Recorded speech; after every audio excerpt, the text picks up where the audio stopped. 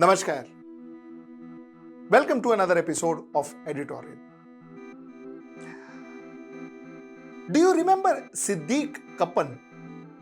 Siddique Kappan was the same journalist from Kerala who had gone to cover the Hathras rape and murder case way back in October 2020, got arrested in Uttar Pradesh on the 5th of October, was put behind bars.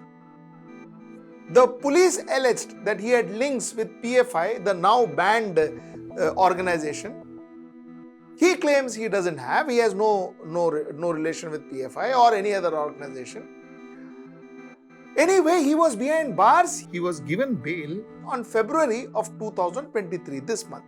So from October 2020 to February 2023, he was behind bars. I spoke to him to understand as to what happened on the 5th of October 2020. I spoke to him to understand, does he really have links with PFI? I spoke to him to understand, if not, then why was he arrested? And I spoke to him to understand what was his experience in the jail, in this entire process where he was interrogated, he was put behind bars. What was his experience? So that's my editorial tonight. Let's get right into the show.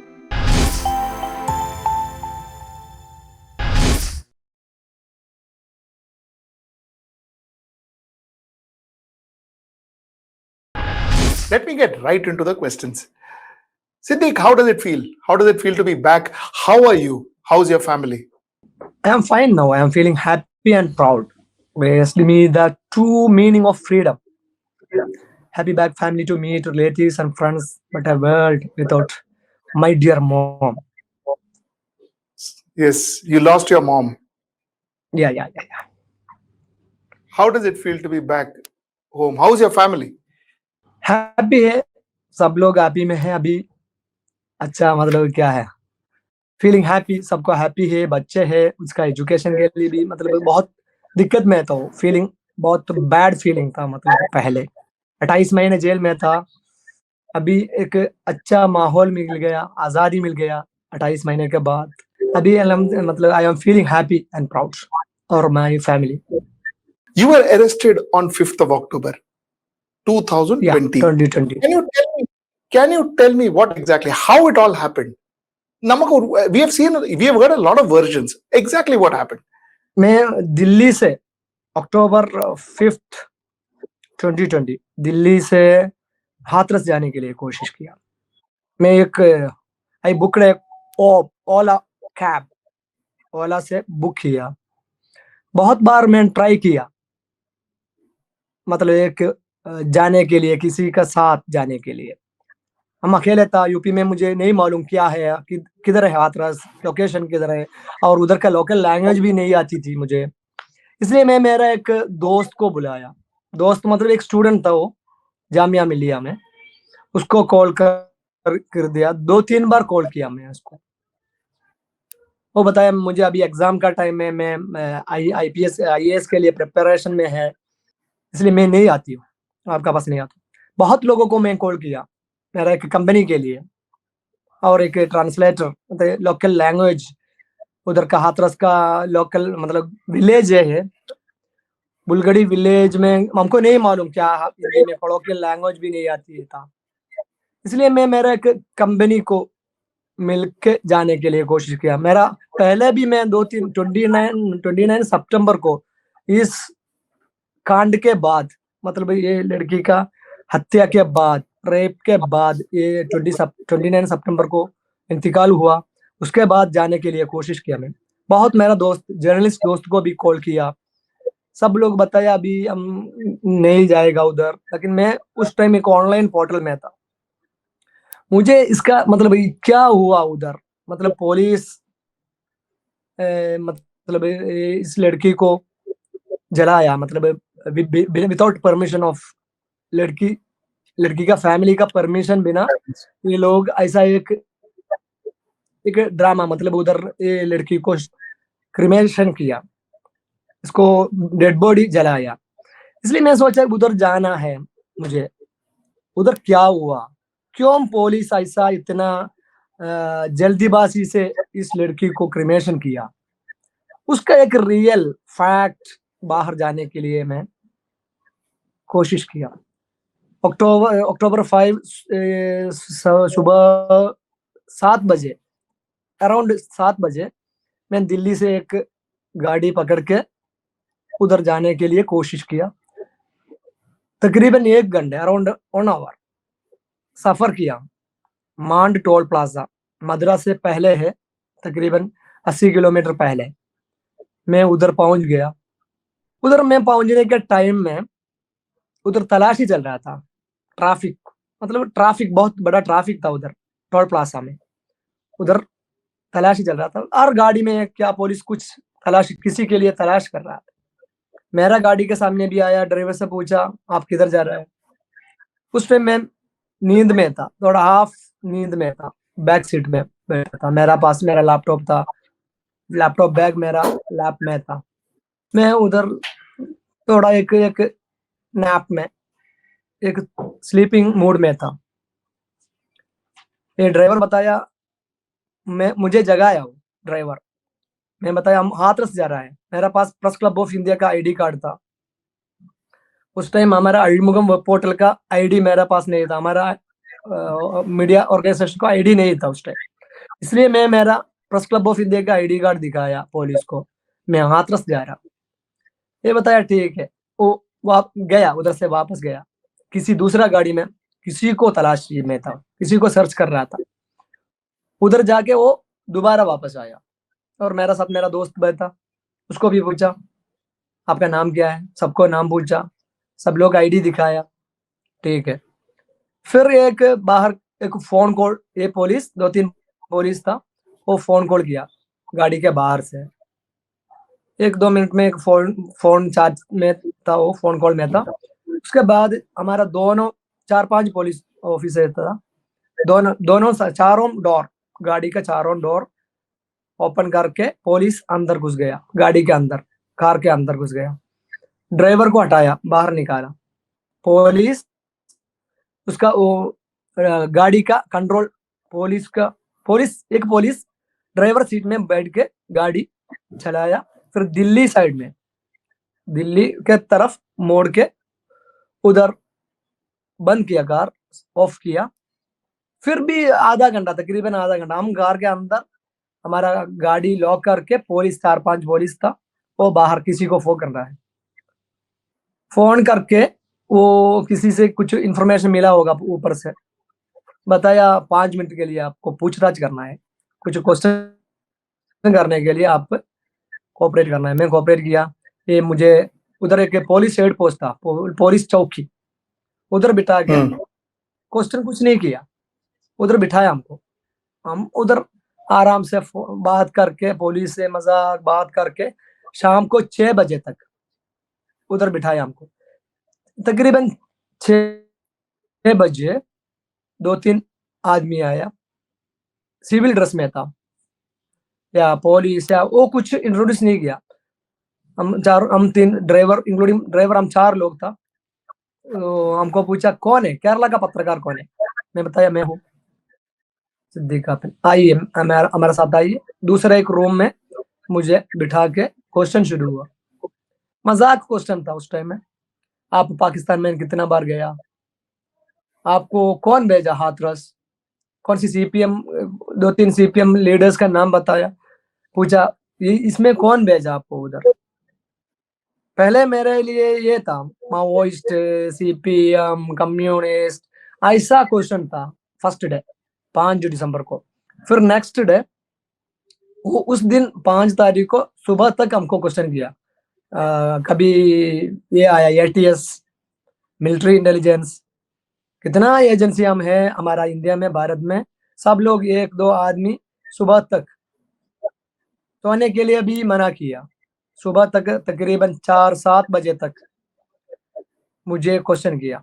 सबको question किया, चारों को question किया, लेकिन मुझे ज्यादा question किया। और क्वेश्चन के टाइम में बहुत स्लैपिंग, थप्पड़ मारना है, सब था। Police slapped me several times and they beat me on my legs and feet asked absurd questions during interrogation. They tried to force me to admit having links with Maoist, terrorist. They questioned whether I ever visited Pakistan or whether I used to eat beef. ऐसा question, कितना बार आपको beef खाता है क्या, आप कितना बार इस्लामाबाद गया, जाकिर नाइक को कितना बार मिला, आपको गर्लफ्रेंड है क्या, ऐसा मतलब मजाक क्वेश्चन। मैं सोचा ये तमाशा होगा, पुलिस का क्वेश्चनिंग ऐसा नहीं है। मुझे नहीं मालूम क्या या इसका मतलब क्या है, मुझे नहीं मालूम था।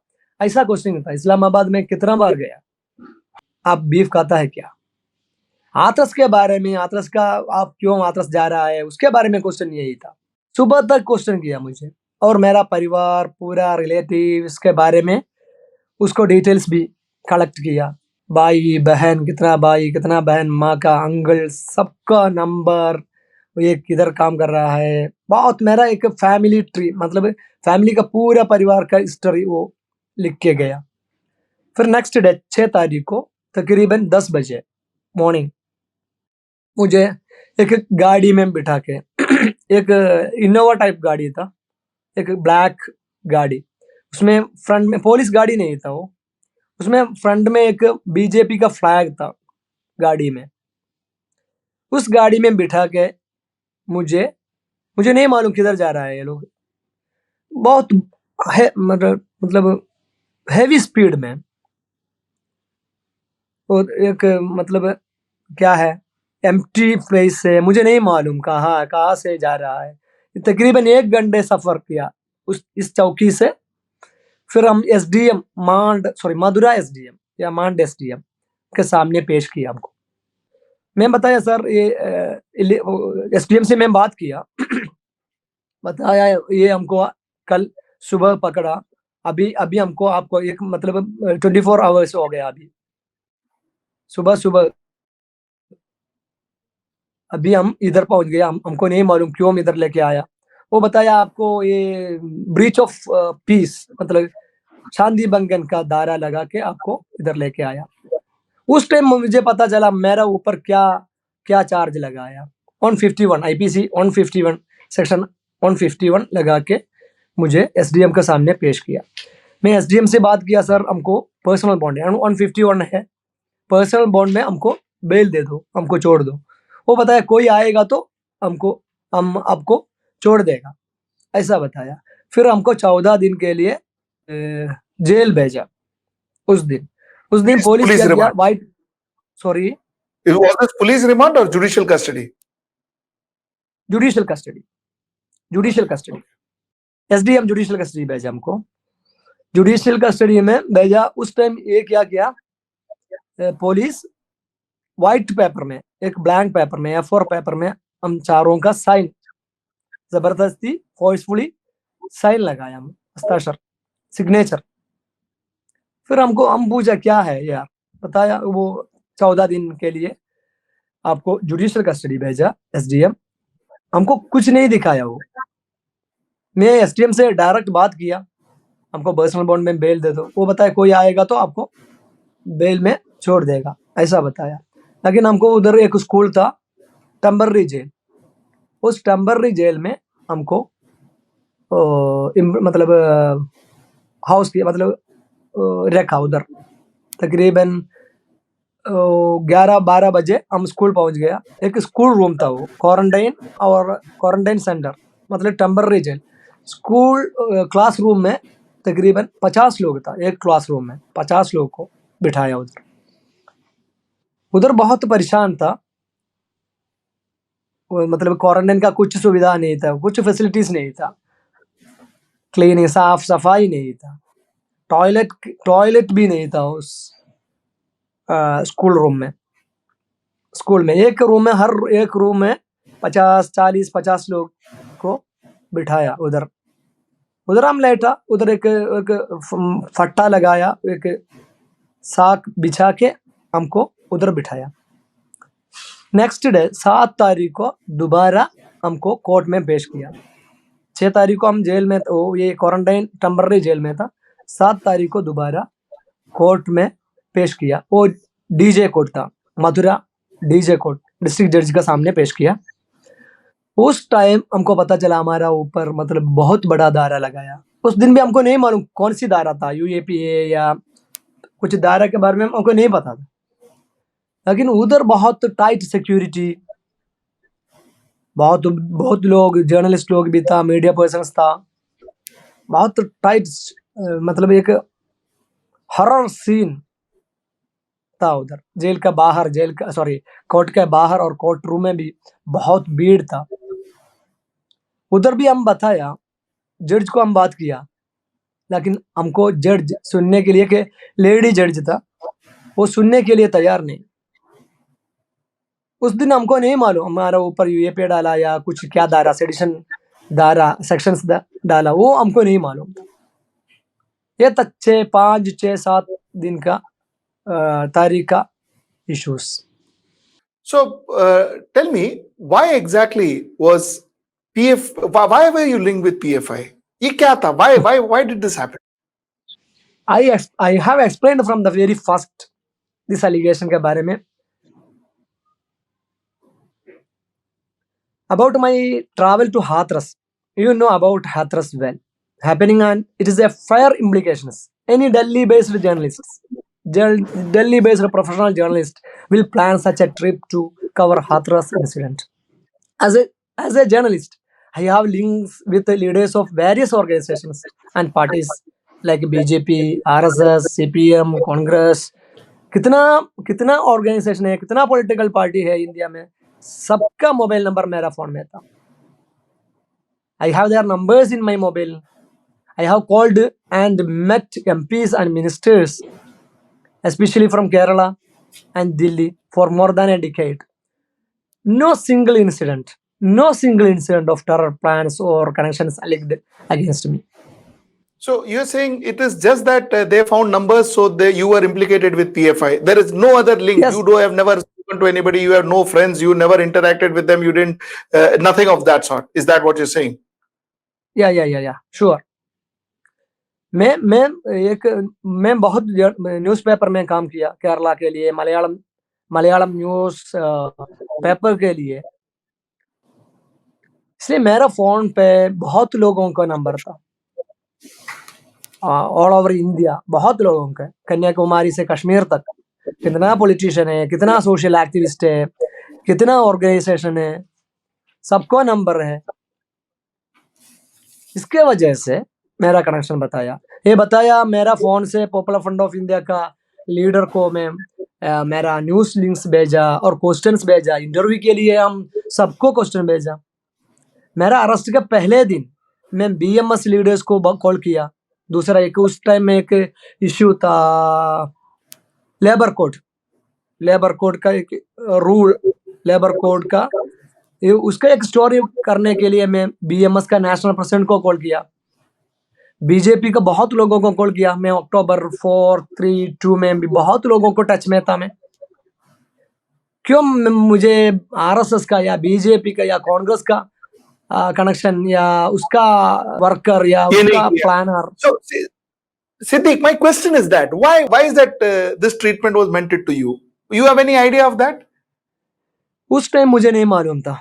अभी मैं सोच रहा है, वो दिल्ली दंगे के बाद केरला का 2 media channel, news channel, Asianet and media one, उसको पाबंदी, मतलब उसको बैन किया।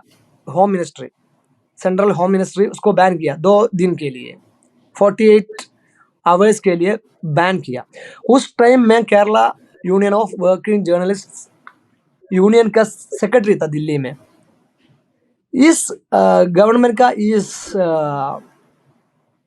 मतलब एक्ट के खिलाफ, इस डिसीजन के खिलाफ मैं जंतर मंतर में हमारा केरला यूनियन वर्किंग जर्नलिस्ट का अंडर में एक प्रोटेस्ट, एक प्रदर्शन किया। उसमें बहुत लोग, बहुत पॉलिटिकल लीडर्स शामिल था, लेकिन उसको लीड किया मैं। सरकार का इस डिसीजन के बाद इस चैनल का पाबंदी के विरुद्ध खिलाफ मैं प्रोटेस्ट प्रदर्शन किया। उस दिन से मैं सरकार का हिट लिस्ट में आया, बैड लिस्ट में आया।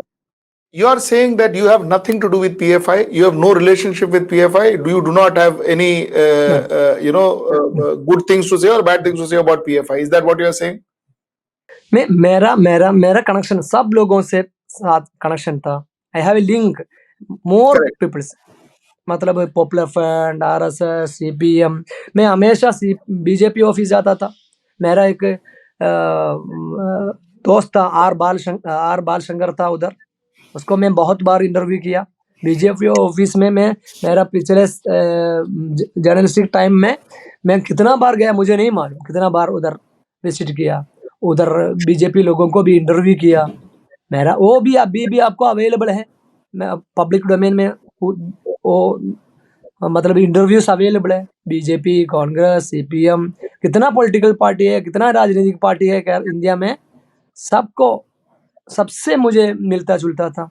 So you are saying you are just linked to PFI because you are a Muslim? Is that what you are saying, or is it just a misunderstanding, or is it just to frame you? वो एक reason है, वो only one reason, one of the reason. बहुत reason है. And what is the other हमें reason? Journalist What are है, the other reasons? अच्छा. हमें journalist, I am coming from Kerala. एक जर्नलिस्ट है, सरकार का खिलाफ लिखना है, सरकार का फेलियर के बारे में लिखना है. और बहुत आर्टिकल है, मतलब नोटबंदी का टाइम में जीएसटी के खिलाफ, जीएसटी का मतलब इम्प्लीमेंटेशन के विरुद्ध में भी और बहुत आर्टिकल लिखा. इसके वजह से होगा, वो भी Correct. रीजन है.